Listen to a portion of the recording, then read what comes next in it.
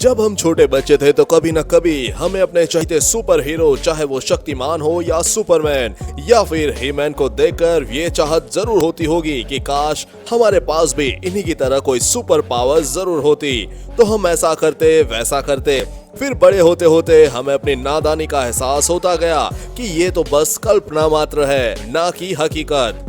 लेकिन क्या आप जानते हैं कि दुनिया में ऐसे लोगों की पूरी जमात मौजूद है जिनके पास ऐसी अलौकिक क्षमताएं हैं जिन्हें हासिल करने का हम केवल सपना देख सकते हैं। इन लोगों की बात करें तो कभी कभी इन लोगों को यह भी एहसास नहीं होता कि वे इतने असाधारण हैं जब तक कि उन्हें बताया नहीं जाता। इन लोगों को ये असाधारण क्षमताएं उनके खान पान, जलवायु और जीवन शैली के कारण मिली है, जो किसी सुपर पावर से कम नहीं है। तो चलिए आज हम हमारे इस वीडियो में आपको मिलवाते हैं ऐसे ही कुछ जनजातियों, समुदाय या कबीलों से जिनके पास असली सुपर पावर मौजूद है। इक्वाडोर जनजाति। इक्वाडोर का एक समुदाय लेरोन सिंड्रोम नाम के रोग से पीड़ित है। इसकी वजह से वे काफी बौने होते हैं। डॉक्टर जेम ग्वेरा एग्यूडेर ने रिसर्च करके इस जनजाति के लोगों के बारे में एक खास बात बताई, तो पूरी दुनिया के वैज्ञानिकों, शोधकर्ताओं के लिए ये जनजाति बहुत खास बन गई, क्योंकि इससे वो पूरी मानव जाति का भला कर सकते हैं।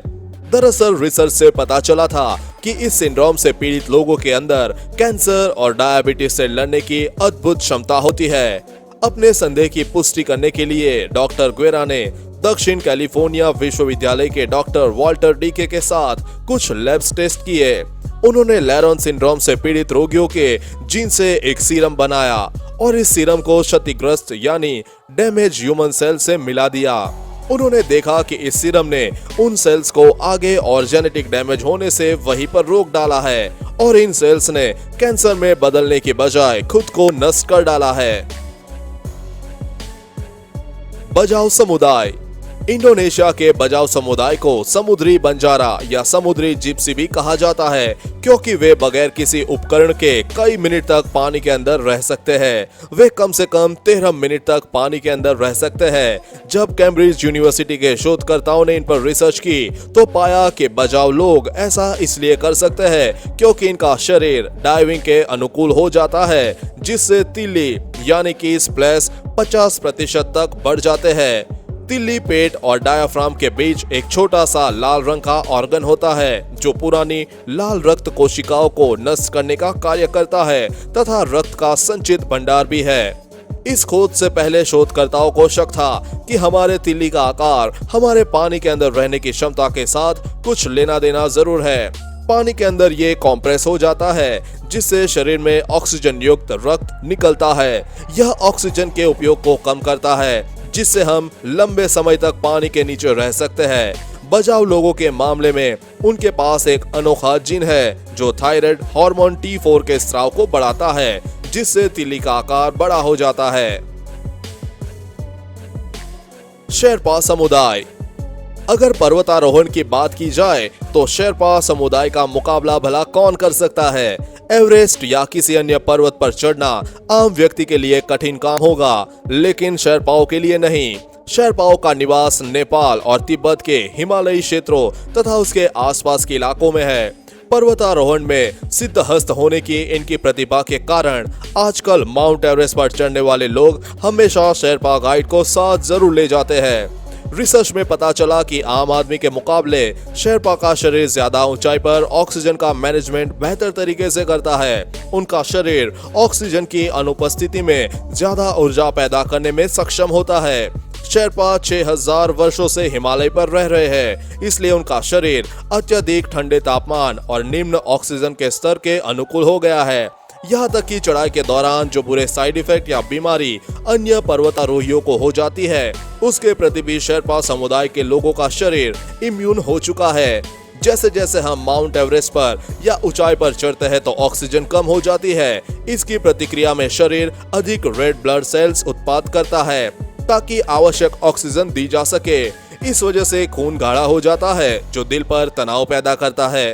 शेरपाओं के साथ भी ऐसा होता है, लेकिन बहुत धीरे धीरे, और उनका शरीर ऑक्सीजन की कमी के दौरान ज्यादा एनर्जी पैदा करने में भी सक्षम है। यही वजह है कि जहां लोग पैदल चढ़ नहीं पाते, वहां ये भारी भारी सामान लेकर आसानी से चढ़ जाते हैं। मोकन समुदाय। पश्चिमी थाईलैंड के मोकन समुदाय के बच्चों को पानी के अंदर खेलने की अद्भुत शक्ति है। इंडोनेशिया के बजाव समुदाय की तरह ही इन्हें ही समुद्री जिप्सी बुलाया जाता है।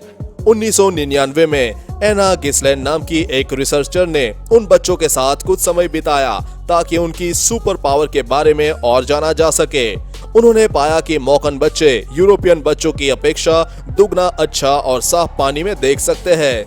उन्होंने दूसरी रोचक बात ये देखी कि वयस्क मोकन पानी के अंदर उतना नहीं देख पाते जितना बच्चे।